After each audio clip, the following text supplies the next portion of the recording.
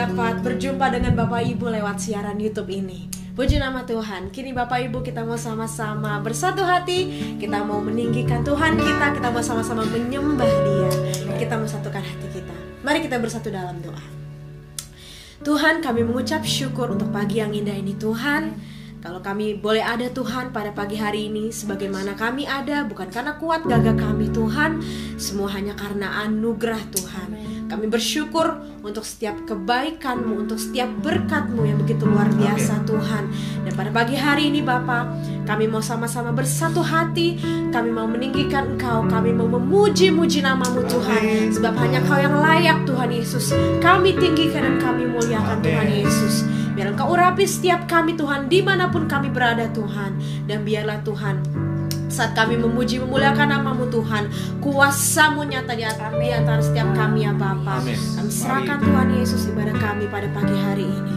Dalam nama Yesus Kristus kami siap memuji memuliakan nama-Mu. Yang siap memuji memuliakan nama Tuhan, mari kita sama-sama katakan amin. Haleluya. Kita mau angkat satu pujian ini. Tinggi nama-Mu dipuji. Haleluya.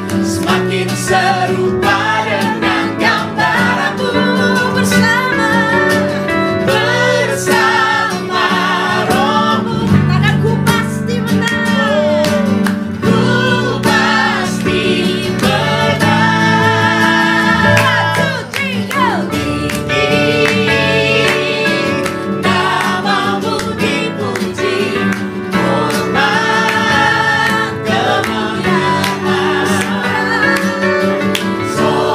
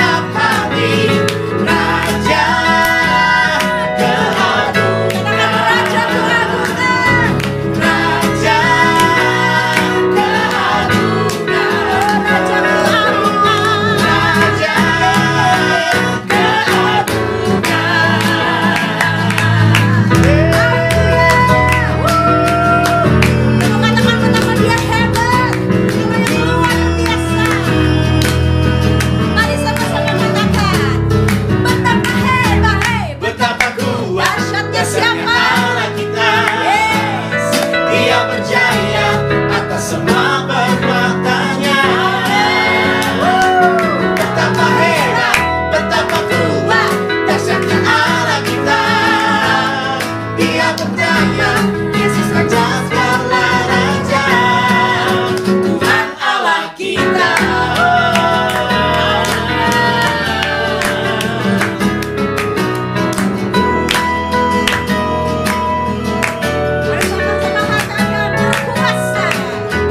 Berkuasa di bumi di surga, bertata dalam kemuliaan. Dialah Tuhan Allah kita, namanya berkuasa, membebas umatnya. Betapa hebat, betapa kuat, dahsyatnya Allah kita. Dia berjaya atas semua perbuatannya. Betapa hebat, betapa kuat, dahsyatnya Allah kita. Dia bernama Yesus Raja segala raja. Mari Bapak Ibu angkat pujian dengan semangat, katakan betapa hebat. One, two, betapa hebat. Betapa kuat, Dahsyatnya siapa? Allah kita. Haleluya. Dia berjaya atas semua perbuatannya. Semua perbuatan yang heran dan ajaib. Betapa hebat, Betapa betapa Allah kita. Ya.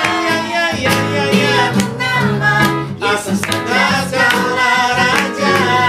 Betapa hebat, betapa kuat, Allah kita. Dia berjaya atas semua perbuatannya. Betapa hebat, betapa kuat, dahsyatnya Allah kita. Dia bernama Yesus Raja segala raja, Tuhan Allah kita. Tuhan Allah kita. Tuhan Allah kita.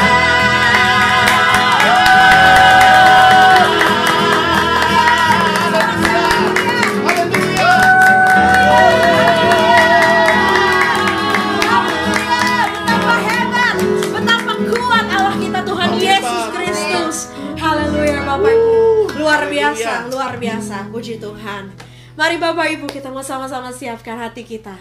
Kita mau sama-sama mendengarkan sebagian dari firman-Nya. Puji Tuhan. Haleluya. Haleluya. Tuhan Yesus. Kau yang hebat, cuma Kau Tuhan. Amazing Lord. Saat semuanya mudah, hanya Kau yang tinggal. Terima kasih. Biar kuasa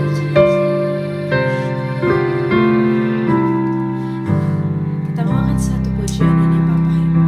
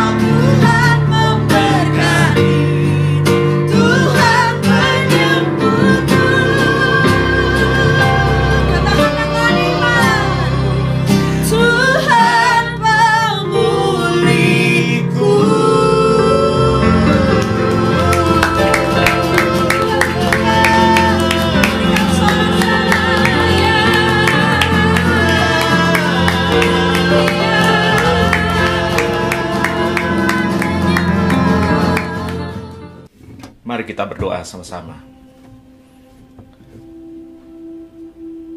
Di hadapan-Mu ya Tuhan, kami kembali mendudukkan jiwa kami. Seraya mau terus jadi murid Tuhan. Belajar kebenaran bukan cuma supaya kami tahu kebenaran, tapi supaya kami diubahkan oleh kebenaran. Dan supaya tipuan iblis, tipuan dunia lepas jeratnya dari kami. Iluminasi pikiran kami dan jiwa kami, mata hati dan batin kami ya Roh Kudus. Biar setiap firman-Mu yang kami baca, yang kami dengar hari ini mencerahkan, membawa metanoia, membawa perubahan pikiran dan perubahan hidup yang nyata buat kami. Kami ingin hidup kami yang singkat ini jadi hidup yang sukses, jadi hidup yang berhasil, tetapi bukan sukses dan berhasil menurut daging kami, menurut pandangan dunia, tetapi sukses dan berhasil menurut-Mu Tuhan. Bicaralah, karena kami sudah siap diajar. Demi nama Yesus, amin. Amin. Shalom. Resesi masih berjalan, sementara kita masih akan sedang menjalani Minggu Sengsara menjelang Jumat Agung dan Paskah. Akan jadi Paskah dan Jumat Agung kedua di tengah masa pandemi. Ketika masa sukar, ketika pintu tertutup, kebanyakan orang akan mencoba mencari jalan keluarnya sendiri. Ketika Tuhan sepertinya berlambat-lambat untuk menolong, banyak orang akan cari solusi lain di luar Tuhan. Ketika sepertinya pintu masih tertutup, banyak orang akan dobrak pintu, paksa pintu terbuka, atau kalau bisa cari jalan lain yang bukan Tuhan. Tetapi tidak dengan saudara dan saya. Seperti tadi lagu pujian yang sudah dibawakan oleh saudara Cila yang kita nyanyikan sama-sama. Ketika jalan tertutup, ketika pintu tertutup, tetap ikrar hati kita dan suara kita akan berseru. Satu-satunya jalan kita, satu-satunya andalan kita, tetap Tuhan Yesus Kristus. Karena sejatinya begini, saudara-saudara. Di luar Tuhan Yesus, orang bisa sukses. Saya kasih tanda kutip sukses. Ada seseorang yang bertanya begini, Pak, di tengah banyak buku yang ditulis tentang kesuksesan, di tengah banyak seminar yang diadakan baik secara onsite maupun online, seminar-seminar motivasi, seminar kesuksesan, seminar entrepreneurship, seminar bagaimana menjadi kaya, bagaimana menjadi sukses, bagaimana menjadi berhasil. Lantas dia bilang begini, ternyata Pak, di luar Tuhan Yesus juga ternyata orang bisa sukses ya. Saya jawab begini, di luar Tuhan Yesus orang bisa sukses. Iya. Tetapi sukses yang seperti apa yang kamu maksud? Apa definisi sukses menurut orang dunia? Tapi sebelumnya mari kita buka sama-sama Alkitab kita. Buka Yosua 1 ayat 8 dan 9, saudara-saudara. Yosua pasal yang pertama ayat 8 dan 9. Kalau sudah ketemu kita baca sama-sama. Janganlah engkau lupa memperkatakan kitab Taurat ini, tetapi renungkanlah itu siang dan malam supaya engkau bertindak hati-hati sesuai dengan segala yang tertulis di dalamnya. Sebab dengan demikian perjalananmu akan berhasil dan engkau akan beruntung. Bukankah telah kuperintahkan kepadamu, kuatkanlah dan teguhkanlah hatimu. Jangan kecut dan tawar hati, sebab Tuhan Allahmu menyertai engkau kemanapun engkau pergi. Ini ayat yang suka sekali orang khotbahkan, yang suka sekali orang Kristen dengar ketika berkaitan dengan isu bagaimana meraih hidup yang sukses, bagaimana meraih hidup yang berhasil, atau dalam ayat ini dikatakan berhasil dan beruntung. Bukan cuma sukses tetapi lucky. Buat saya ini ayat yang paling sering diperkosa, paling sering disalah mengerti, paling sering dipaksa ditarik keluar dengan konteks sehingga orang gagal mengartikan arti keberhasilan dan keberuntungan atau arti kesuksesan yang sesungguhnya. Sukses yang benar itu telah terperkosa ketika orang salah menilai sukses itu apa. Ayat ini seringkali dikhotbahkan sehingga orang merasa bahwa bukan cuma saya ketika jadi Kristen, ketika ikut Yesus, Hidup saya akan berhasil, saya akan beruntung, saya akan kaya raya. Bahkan saya tidak akan takut, saya tidak akan kecut hati, saya tidak akan tawar hati karena ada penyertaan Tuhan. Oh, nanti dulu. Kita akan kembali ke ayat itu. Ayat yang sering salah diperkosa itu, saudara-saudara. Tetapi mari kita kupas tuntas sama-sama. Apa sebetulnya definisi sukses yang benar? Kalau ada sukses yang benar, maka pasti ada sukses yang salah. Sukses yang salah, sukses yang palsu, sukses yang fana, yang ditawarkan oleh banyak orang dan disukai oleh banyak orang. Saya pernah terjebak di situ, kemungkinan saudara pernah terjebak di situ. Tetapi hari ini Tuhan mau menyelamatkan kita sama-sama dari jebakan itu. Tadi saya buka dengan begini, ketika keadaan sukar, ketika keadaan sulit, ketika pintu seperti ini tertutup, banyak orang yang ketika dalam keadaan nyaman bisa bernyanyi, satu-satunya yang kuandalkan cuma Yesus. Tetapi ketika keadaan sukar, ketika keadaan lapar, ketika keadaan tidak punya uang, ketika keadaan sepertinya cekak, ketika tabungan menipis, ketika tidak ada pekerjaan, ketika perut mulai lapar, ketika kebutuhan tidak tercukupi, orang mulai cari jalan lain. Dan kalau perlu, halalkan semua cara, dobrak pintu yang tertutup, paksa pintu yang Tuhan tutup, dipaksa oleh kita untuk terbuka. Sehingga akhirnya yang terjadi adalah sepertinya sukses, tetapi palsu. Sebab kalau sukses hanya diukur dari uang, kalau sukses hanya diukur dari kekayaan, kalau keberhasilan dan keberuntungan hanya diukur dari kekayaan, dari fasilitas, dari jabatan, dari harta yang diperoleh, maka tidak perlu ikut Tuhan Yesus. Tidak perlu. Setan juga bisa kasih itu. Bukankah itu yang setan tawarkan kepada Yesus Kristus ketika Yesus harus hidup selama 33 tahun, bukan hanya untuk menebus dosa kita, tetapi menjadi contoh, menjadi teladan bagaimana seharusnya orang Kristen, orang tebusan, orang yang sudah diselamatkan dari dosa, hidup di tengah-tengah dunia. Karena teladan kita yang pertama, kata surat Roma, si Adam yang pertama itu sudah gagal, maka Adam yang kedua, Yesus Kristus anak Allah, berinkarnasi menjadi manusia, bukan hanya untuk menebus dosa, tetapi supaya jadi contoh bagaimana orang Kristen berhadapan dengan godaan. Pencobaan di padang gurun yang pertama ketika Yesus mulai lapar, ketika dia berpuasa, setan datang dan berkata, ubah batu jadi roti. Yesus berkata gini, manusia tidak hidup dari roti saja, tetapi bukan cuma dari makanan saja, tetapi dari setiap perkataan yang keluar dari mulut Allah. Kalau Yesus menuruti kehendak setan, maka cerita kita selesai, saudara. Ini yang dialami oleh kebanyakan kita. Ketika keadaan mulai terasa sukar, ketika pintu tertutup, ketika perut mulai lapar. Oh, ketika perut kenyang, ketika keadaan baik, ketika tabungan banyak, ketika kita ada di puncak, sepertinya mudah untuk pelayanan, mudah untuk kebaktian, mudah untuk nyanyi dan nyembah, bukan? Tetapi ketika keadaan kurang, tidak sedikit orang yang lantas berani sangkal Tuhan. Sudah banyak contoh, demi kemewahan, demi popularitas, demi uang, demi perut yang kenyang, mereka rela tanggalkan Yesus.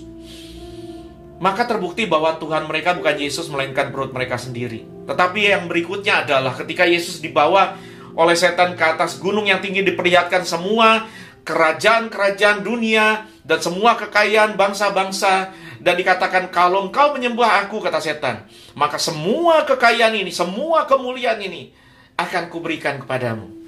Dari situ kita belajar bahwa kalau cuma kesuksesan hidup diukur dari kaya, dari uang, dari harta, dari gadget yang kita beli, merek tas, merek pakaian, merek sepatu yang kita pakai, rumah mentereng yang kita bisa pamer, liburan jalan-jalan ke luar negeri yang kita bisa taruh di sosmed fotonya. Kalau cuma itu, maaf saudara, setan juga bisa kasih. Orang bisa lantas pesugihan, babi ngepet, pergi ke dukun, pergi ke Gunung Kawi. Salah satu anaknya lantas kehilangan kewarasannya, jadi tumbal demi untuk kekayaan. Tidak sedikit kejadian seperti itu. Seolah-olah sepertinya iblis cuma minta satu orang dari sekian banyak anaknya untuk jadi tumbal supaya papa mamanya dan keluarga bisa kaya raya, lantas satu orang anaknya tidak waras. Tetapi yang mereka tidak tahu adalah Bukan cuma satu anak yang diminta sebagai tumbal, tetapi jiwa semua mereka sudah di tangan setan, dan kebinasan kekal menanti mereka. Jangan pikir bahwa orang yang kaya itu bahagia hidupnya. Markus 8 ayat 36, Tuhan Yesus sudah memperingatkan kepada kita, apa gunanya seseorang memperoleh seluruh dunia, tetapi ia kehilangan nyawanya? Buat apa kamu peroleh seluruh isi dunia ini? Buat apa saya peroleh seluruh isi dunia ini, tetapi saya kehilangan nyawa saya? Karena saya gadaikan nyawa saya kepada setan yang sanggup memberikan kekayaan. Dan saya tanggalkan Yesus, tanggalkan prinsip, tanggalkan nilai-nilai kebenaran, tanggalkan jalan kebenaran, dan bersedia untuk serong demi beberapa lembar rupiah. Apakah itu yang namanya hidup bahagia? Apakah itu yang membuat hidup kita bisa dapat label sukses? Kita dinilai berhasil. Oh, mungkin manusia sekilas melihat kita sukses dan berhasil. Mungkin kelihatannya hidup kita bernilai. Tetapi Tuhan Yesus berkata dalam Lukas 12 ayat 15, walaupun seseorang berlimpah-limpah hartanya, hidupnya tidaklah tergantung daripada kekayaannya itu. Nilaimu bukan dari seberapa banyak harta yang kau punya, entah kau ngontrak, atau ngekos, atau tinggal di rusun, atau punya apartemen, atau punya rumah mentereng. Bukan itu ukurannya.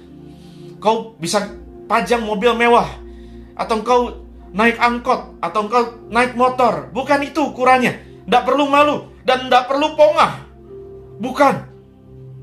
Nilaimu tidak diukur dari semua apa yang kau kenakan, apa yang kau dapatkan, apa yang kau pakai, apa yang kau punya. Tetapi siapa yang memiliki engkau, siapa yang punya engkau. Kalau engkau milik Allah, kalau engkau milik Yesus, engkau punya segalanya. Engkau punya segalanya. Kekayaan yang didapat melalui tipuan, ketika kita rela untuk korbankan prinsip, korbankan kebenaran, tanggalkan iman, jual Yesus, dan rela untuk menipu dengan jalan-jalan yang serong hanya supaya kita bisa dapat kekayaan dan fasilitas, memang akan terasa enak. Siapa bilang tidak enak? Orang tidak kerja keringetan, jualannya curang, dagangnya curang, ambil keuntungannya curang, dapat posisinya curang, dapat popularitasnya curang, dapat kekayaannya curang. Enak. Tidak keringat, tiba-tiba punya uang jutaan atau belasan juta, ratusan juta atau miliaran. Punya mobil mentereng, rumah mentereng, punya harta benda. Enak. Betul enak. Bisa makan apa saja yang kita mau. Bisa beli apa saja yang kita bisa beli. Enak. Tetapi dengar nasihat Amsal 20 ayat 17. Saya akan baca dari versi bahasa Indonesia masa kini. Amsal 20:17. Harta hasil tipuan, mula-mula lesat rasanya, tetapi kemudian terasa seperti kerikil belaka. Enak kok. Lesat rasanya, sedap rasanya, kata Alkitab terjemahan baru. Tetapi kemudian terasa seperti kerikil. Artinya apa? Kalau Anda makan kerikil, bukan cuma gigimu rontok, bukan cuma gusimu sakit, bukan cuma pencernaanmu sakit, tapi kau mati. Enaknya sebentar, dosa itu ya. Mau dosa tipuan kekayaan, korupsi, atau dosa moral apapun, dosa seks, atau dosa apapun, saudara. Enaknya sebentar, enaknya di depan, bayarnya belakangan, dan harganya kemahalan. Kenapa? Karena harus kau bayar di api kekal, binasa selama-lamanya. Hari ini tidak banyak orang berani khotbahkan neraka. Hell is a real place. Neraka adalah tempat yang asli dan nyata. Berapa banyak orang mau khotbahkan itu demi supaya semua telinga orang senang, orang lebih suka khotbahkan khotbah-khotbah motivasi, membangkitkan semangat, kiat-kiat kehidupan. No, mimbar Kristen bukan diisi oleh kiat-kiat kehidupan, bukan diisi oleh motivasi-motivasi. Betul, itu bisa kalau itu adalah menu side dish, menu sampingan. Tetapi mimbar Kristen adalah tempat di mana Anda dan saya belajar sound doctrine, pengajaran-pengajaran yang benar, yang menyelamatkan, bukan cuma menyenangkan, tetapi menyelamatkan, bukan cuma menghibur, tetapi mengubahkan. Kekayaan yang diperoleh secara tidak jujur tidak akan bertahan lama. Dapatnya cepat, hilangnya cepat. Apa yang kita peroleh dengan instan pasti akan hilang dengan instan. Makanya Amsal 21 ayat 6 berkata, Kekayaan yang diperoleh dengan tidak jujur, kata bahasa Indonesia masa kini, cepat hilang dan membawa orang ke liang kubur. Dalam terjemahan baru, memperoleh harta benda dengan lidah dusta adalah kesia-siaan yang lenyap dari orang yang mencari maut. Apa yang Anda ingin peroleh dengan instan? Anda jual integritas, Anda jual moralitas, Anda jual keperawanan, Anda jual Yesus. Kelihatannya dapat cepat, kelihatannya kaya cepat. Tetapi perhatikan, berapa lama kekayaan itu bertahan? Kalaupun Anda berhasil jadi konglomerat, tidak pernah lebih dari generasi ketiga. Kemungkinan besar di generasi kedua sudah habis. Dan itu pun membawa sengsara yang berlipat kali ganda. Begitu banyak drama dan air mata dalam keluargamu. Karena harta itu diperoleh dengan cara-cara yang tidak pantas. Seperti kerikil menyakitkan. Bukan cuma menyakitkan, tetapi membawa kepada maut, binasa kekal. Hilangnya cepat. Kalaupun Anda bisa meninggalkan kekayaan yang tidak halal itu, generasi kedua mungkin masih bisa dapat sisa kekayaanmu, tetapi tidak akan bertahan lama karena dia tidak ngerti bahwa harta yang diperoleh dengan keringat itu yang akan lasting. Dalam hidup ini Bapak Ibu, tidak ada yang instan. Allah kita adalah Allah yang menghargai proses. Saya benci sekali setiap kali orang bilang masa percepatan, masa percepatan. Tidak ada kata itu dalam Alkitab. Setiap kali orang memperoleh sesuatu dengan proses, dengan kerja keras, dengan usaha, sebuah pencapaian, sebuah kekayaan, sebuah posisi, sebuah prestasi yang diperoleh dengan proses, hasilnya lasting. Hasilnya lama. Tetapi sesuatu yang diperoleh dengan instan, begitu cepat dia datang, begitu cepat dia hilang. Begitu juga dengan kekayaan. Keturunan kedua tidak tahu bagaimana memperoleh kekayaan dengan halal. Dia habiskan dengan foya-foya. Dan kemungkinan besar habis di keturunan ketiga.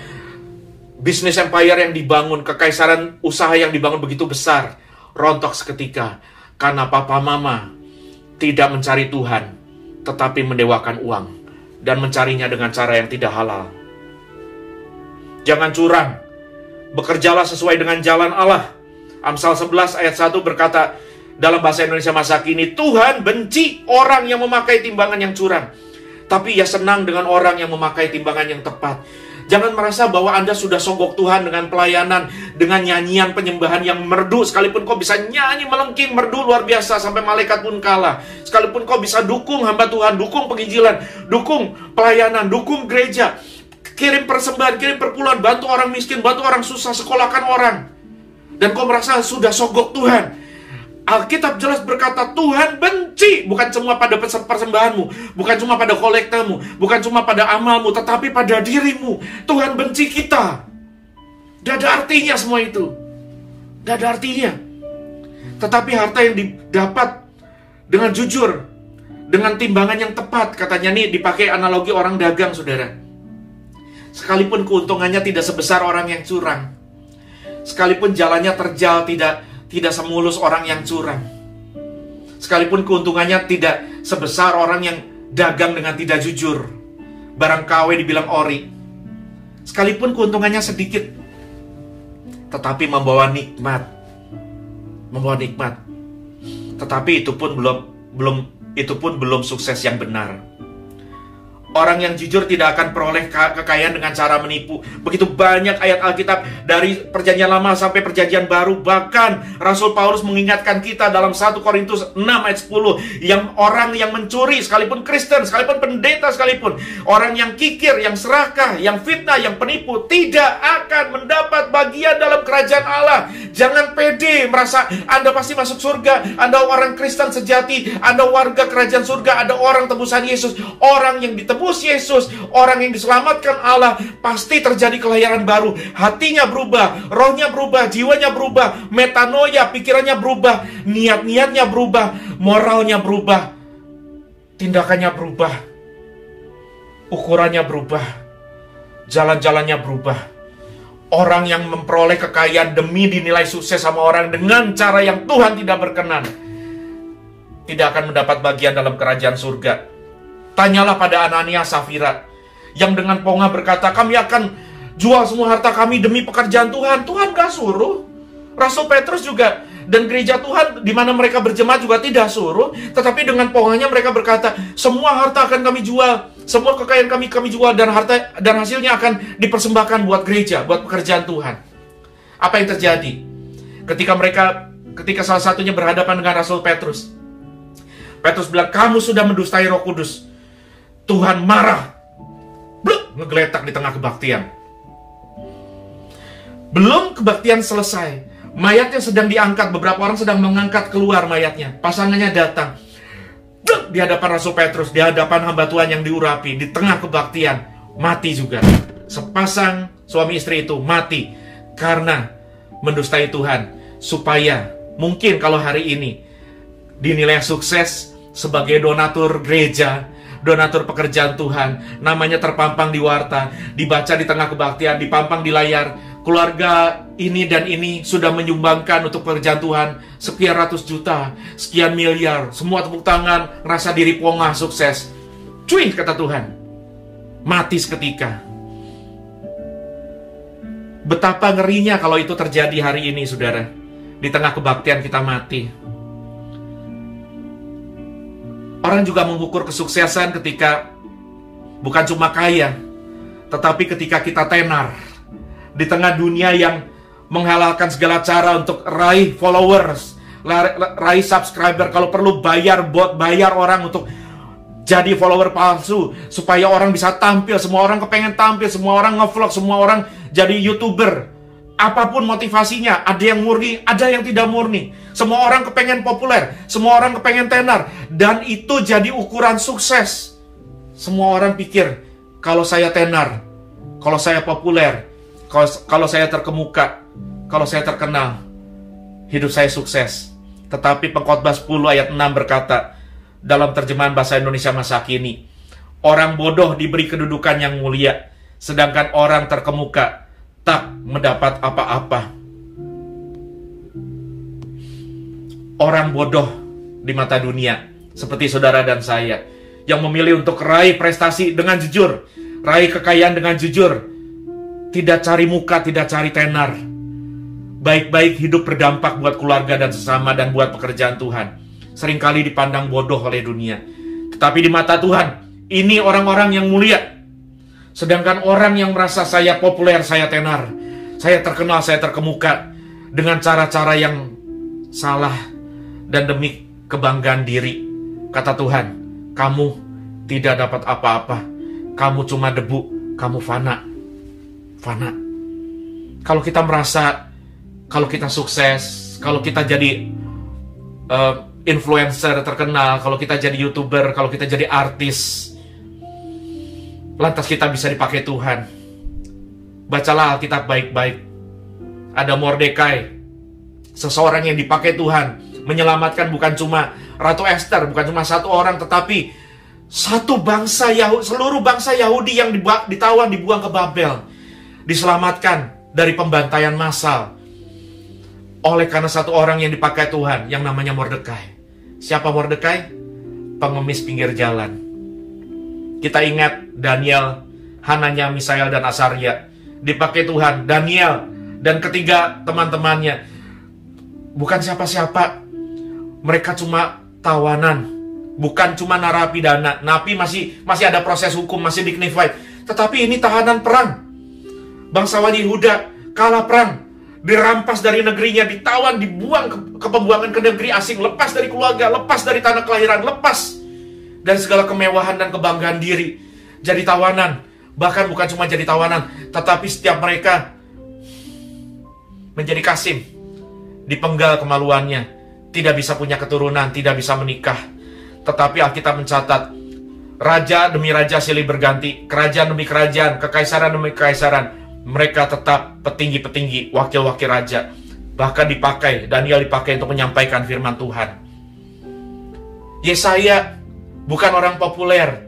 Ketika Allah menjumpai dia, Yesaya berkata, aku seorang najis bibir dari bangsa yang najis. Yeremia, Anda pikir Yeremia hebat? Dia berkata, saya tidak pandai berkata-kata, saya masih muda. Ingat, bukan karena engkau tenar, bukan karena engkau populer, bukan karena engkau terkemuka, Tetapi ingat nasihat Paulus kepada Timotius, jangan biarkan seorang pun menganggap engkau rendah karena engkau muda, tetapi jadilah teladan dalam perkataan, dalam keteguhan iman, dalam kesaksian hidup. Jadi teladan. Itulah hidup yang sukses. Kalau orang berpikir popularitas adalah ukuran kesuksesan, tenar sama dengan sukses, kemana orang-orang yang hebat dahulu yang namanya Britney Spears, Paris Hilton, nama-nama yang begitu tenar dulu tetapi hari ini jadi butiran debu, tidak ada arti. Hari ini Anda tahu ada nama-nama yang besar di dunia entertainment, di dunia politik. Tunggu waktu saja sampai mereka bukan cuma jadi catatan kaki, tetapi hilang tidak berbekas dalam sejarah. Kalau Anda mengukur kesuksesan dari tampang, Anda yang minder karena Anda tidak cantik, tidak ganteng. Ingat, cantik ejaannya bukan KURUS kalau Anda gemuk. Cantik ejaannya bukan terkenal. Banyak orang mengukur sukses itu ketika dengan segala cara dihalalkan operasi plastik supaya bisa dinilai sukses, bisa raih hal-hal yang dia mau raih. Tetapi ini yang Tuhan katakan kepada orang yang menaruh nilai sukses dari tampang. 1 Samuel 16 ayat 7, tetapi berfirmanlah Tuhan kepada Samuel.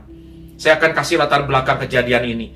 Nabi Samuel, Nabi Allah, hamba Tuhan yang besar, datang ke rumah Isai, mencari seseorang yang Tuhan perintahkan untuk Samuel doakan dan urapi, yang kelak akan menjadi Raja Israel yang besar, menggantikan Saul. Lantas datanglah Samuel ke rumah Isai.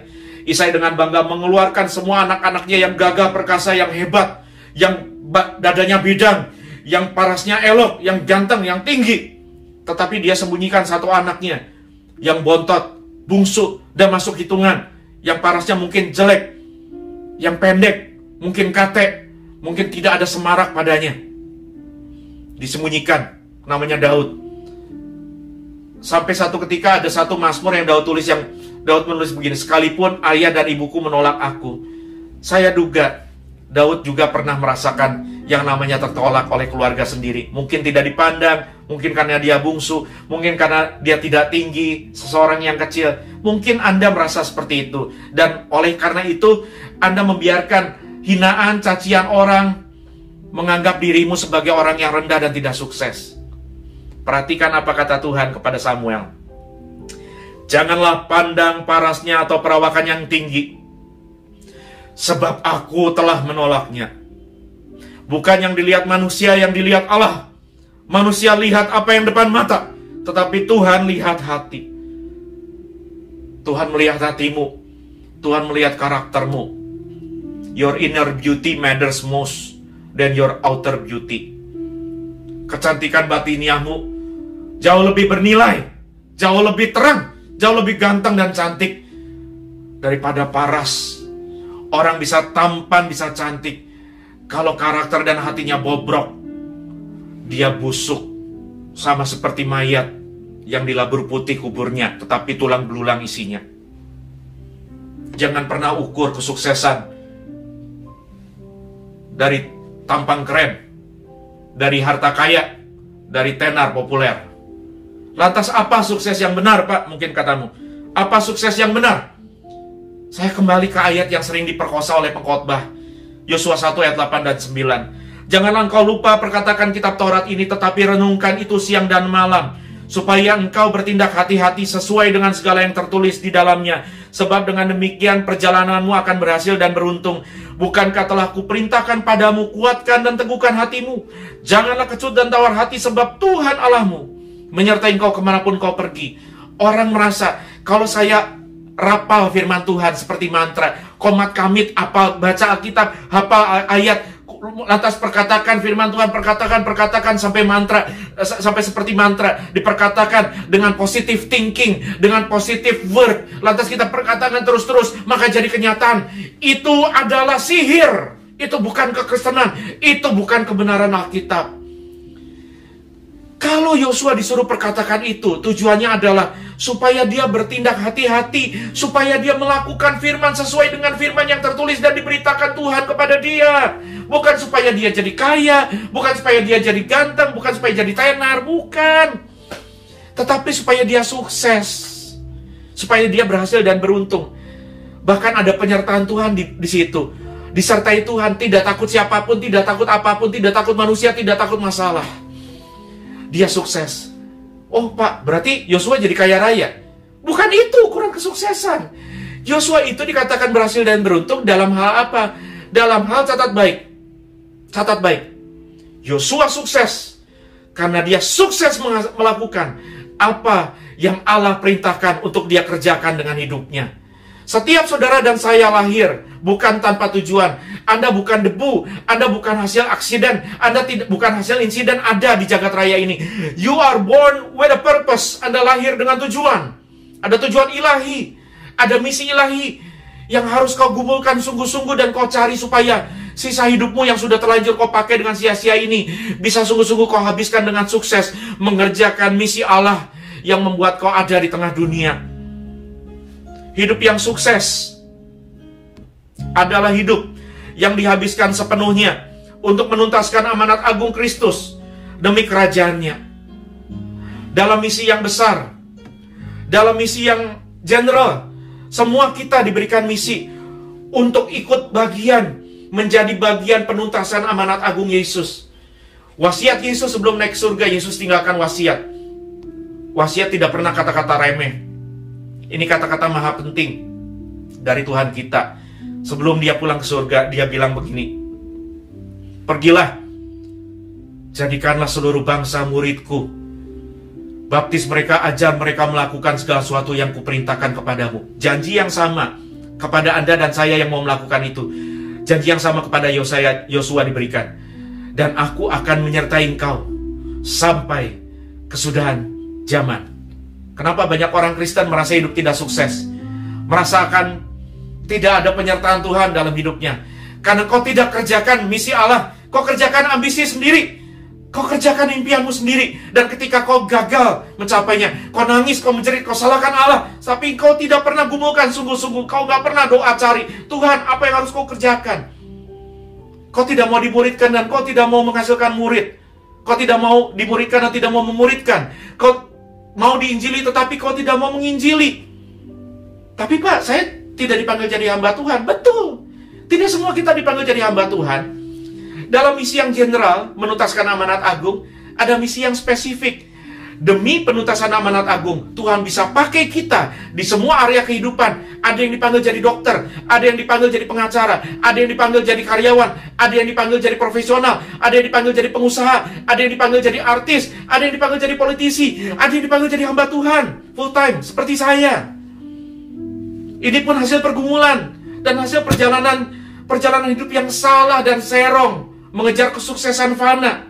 Tetapi ternyata saya orang paling gatot seluruh dunia, gagal total karena bertahun-tahun hidupku kuhabiskan untuk mengerjakan apa yang Allah tidak suruh saya kerjakan. Hidup yang sukses adalah hidup yang dihabiskan sepenuhnya untuk menuntaskan amanat agung Kristus dan demi kerajaannya. Dalam profesi apapun itu. Kalau kau kuliah untuk menuntaskan amanat agung. Kalau kau usahamu harus jadi bagian dalam penuntasan amanat agung. Tidak mungkin ada orang Kristen yang sungguh-sungguh diselamatkan Tuhan, jatuh cinta sama Yesus, lahir baru, tidak mau pelayanan. Tidak mungkin. Orang Kristen yang sungguh-sungguh lahir baru tidak akan tahan kalau dirinya cuma datang setor muka di kebaktian jadi pengangkat bangku gereja. Dia tidak akan tahan. Dia pasti akan berkata, Tuhan pakai saya. Pak Pendeta, saya mau pelayanan apapun. Kalau perlu saya dapat jadwal nyikat gereja, saya mau. Ini makna kesuksesan buat Yosua. Ini makna kesuksesan buat Paulus. Yosua diperintahkan Tuhan untuk meneruskan misi Musa membawa umat Israel masuk ke tanah perjanjian di seberang Yordan. Itu misi Yosua. Berat sekali. Ngeri sekali. Menakutkan sekali. Tetapi ada penyertaan Tuhan. Yosua tidak perlu kecut, tidak perlu tawar hati. Apapun yang Tuhan misikan untuk kita lakukan, baik yang general maupun yang spesifik, ada penyertaan Tuhan. Kau nggak perlu takut. Jangan asal-asalan hidup ini.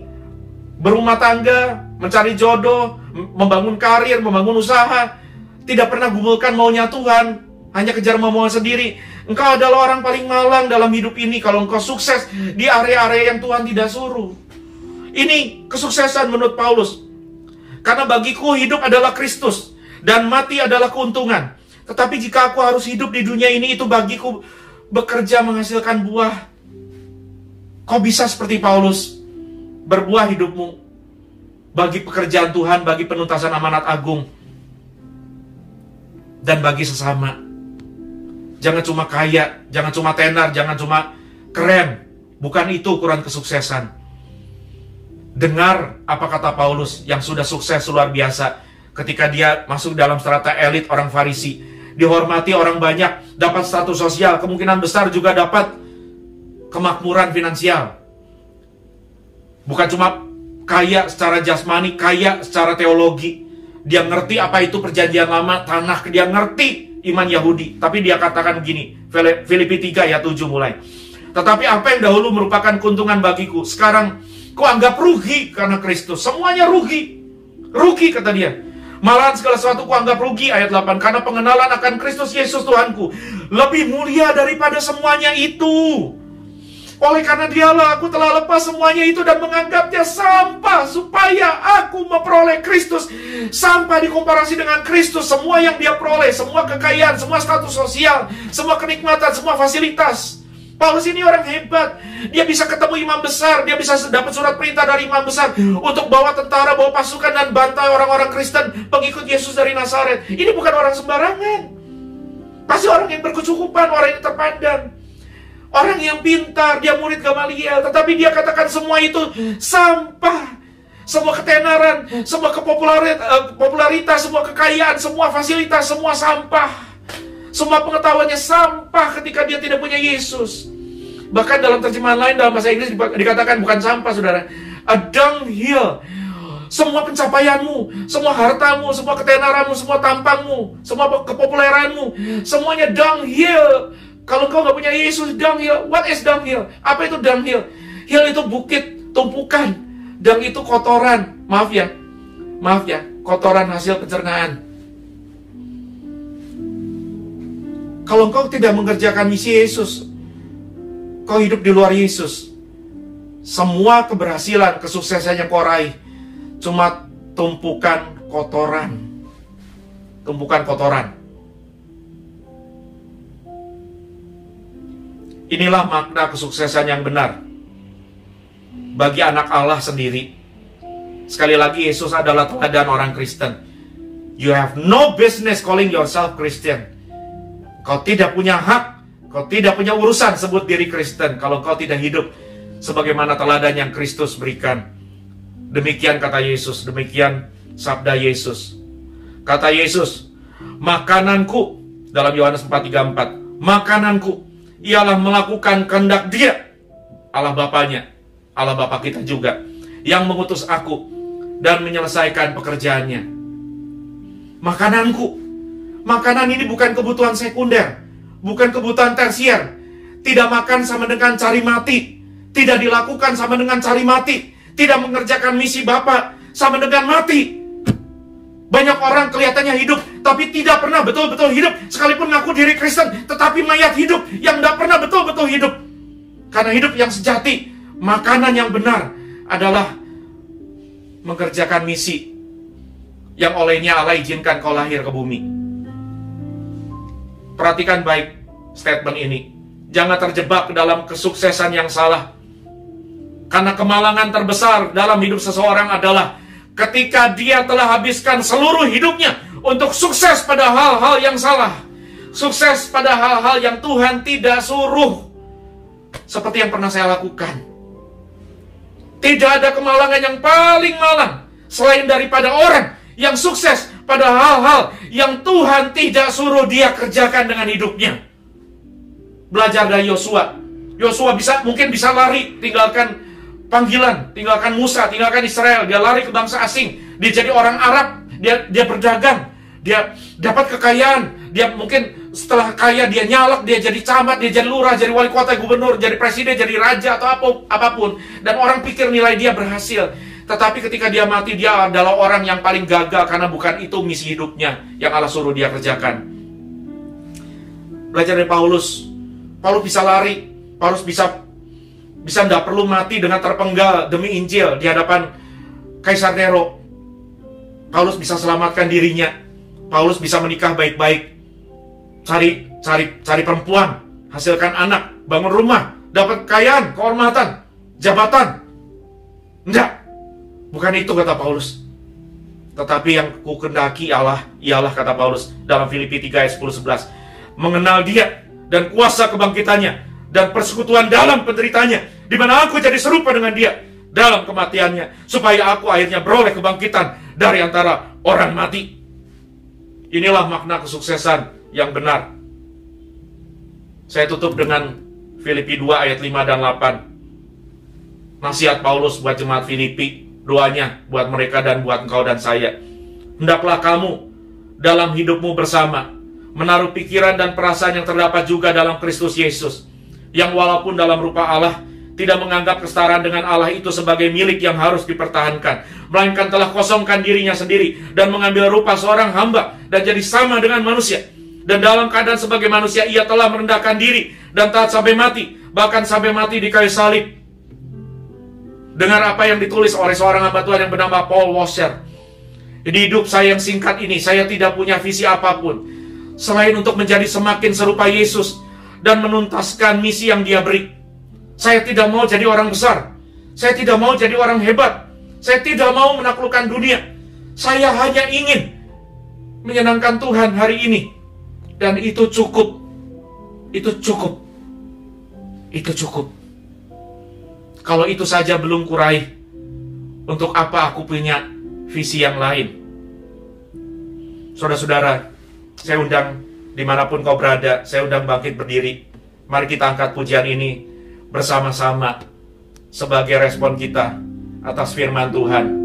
Kita akan pilih sukses yang benar, yaitu menghabiskan hidup kita menuntaskan amanat agung dan misi yang Allah taruh dalam hidup kita. Mari angkat suaramu, katakan sama-sama di hadapan Tuhan, kan kupilih Yesus di atas segalanya. Keindahan dunia tiada artinya, kan kupilih Yesus, Dia yang berarti karena kekal kasih dan kuasanya. Kan ku pilih Yesus di atas segalanya.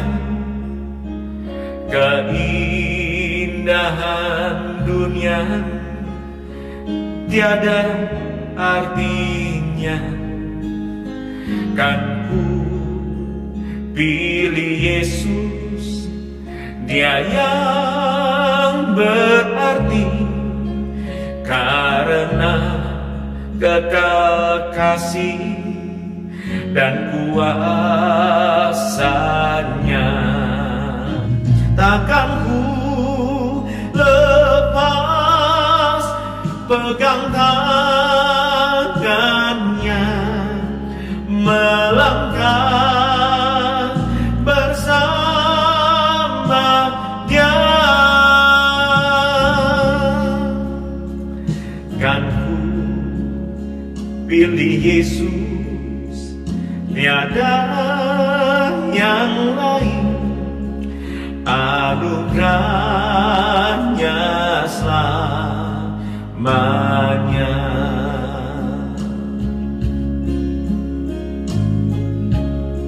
Ini doa kami Tuhan Yesus.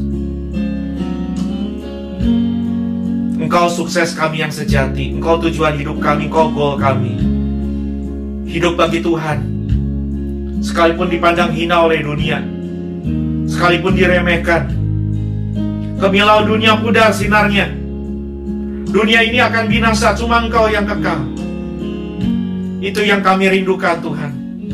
Biar ini jadi doa kami, jadi doa saya, dan jadi doa kami semua.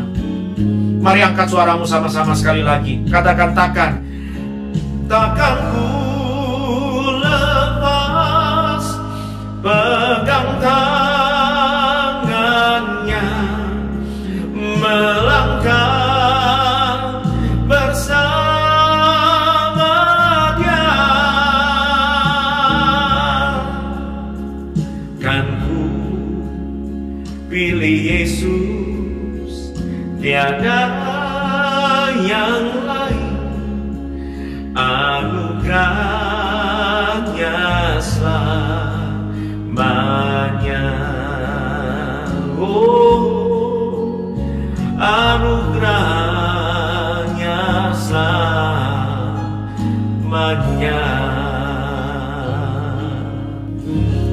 Mari tundukkan kepala, kita berdoa. Tuhan Yesus, tilik hati kami. Apakah selama ini kami serong dengan target sukses hidup kami? Kami memilih sukses ukuran dunia. Kami memilih sukses dengan cara-cara yang tidak pantas. Kami kejar tampang, ketenaran, dan kekayaan, tetapi tidak peduli dengan amanat agung, tidak peduli dengan pekerjaan Bapa di tengah dunia. Kami dikatakan hidup, tapi kami tidak pernah benar-benar hidup, kami mati. Hari ini Tuhan, remukan hati kami. Kami tidak mau jadi bagian orang-orang yang saat ini sedang ramai-ramai murtad karena pandemi, ramai-ramai murtad karena resesi. Halalkan segala cara, cari jalan keluar lain, cari pertolongan lain selain Yesus, bahkan cari pertolongan dari setan. Hari ini ampuni kami kalau kami sempat berniat seperti itu. Dan kalau ada di antara kami yang sudah serong seperti itu, pertobatkan kami, hancurkan hati kami dengan palu godam ilahi. Kebenaran firman-Mu biar bukan cuma masuk ke telinga, bukan cuma jadi memori, tapi meremukan batin kami sampai ke kedalaman kami yang paling dalam. Jangan sampai kami tidak bertobat di tengah pandemi yang bisa merebut nyawa siapapun cuma dalam 6-7 hari. Ajar kami betul-betul melihat kefanaan hidup dan kemilau dunia sinarnya pudar, cuma sementara. Ini ikrar kami, bantu kami Tuhan untuk menjalani hidup yang sukses dengan kesuksesan yang benar. Saudara-saudari di rumah, angkat hatimu, angkat wajahmu kepada Tuhan, buka hatimu, angkat tanganmu, terimalah berkat Tuhan. Tuhan memberkati engkau. Tuhan mengarahkan hatimu kepada misinya. Matamu dipulihkan Tuhan yang selama ini sempat picek, tetapi oleh goncangan yang sedang Allah izinkan terjadi kepada dunia. Goncangan memurnikan kembali matamu, hatimu, motivasimu, goalmu kepada goal yang benar, kepada fokus yang benar, kepada tujuan yang benar, sukses yang benar. Hiduplah bagi Tuhan, hiduplah bagi pekerjaannya, hiduplah bagi kerajaannya. Diberkatilah engkau dimanapun kau berada, apapun panggilan hidupmu. Kiranya Tuhan memberkati dan melindungi engkau, mengangkat kau naik dan tidak turun, jadi kepala dan bukan ekor. Tuhan mengarahkan wajahnya kepadamu, menyinari kau dengan kasih karunia, dan membuat engkau penuh dengan damai sejahtera. Di dalam nama Yesus Kristus. Amin, amin, amin.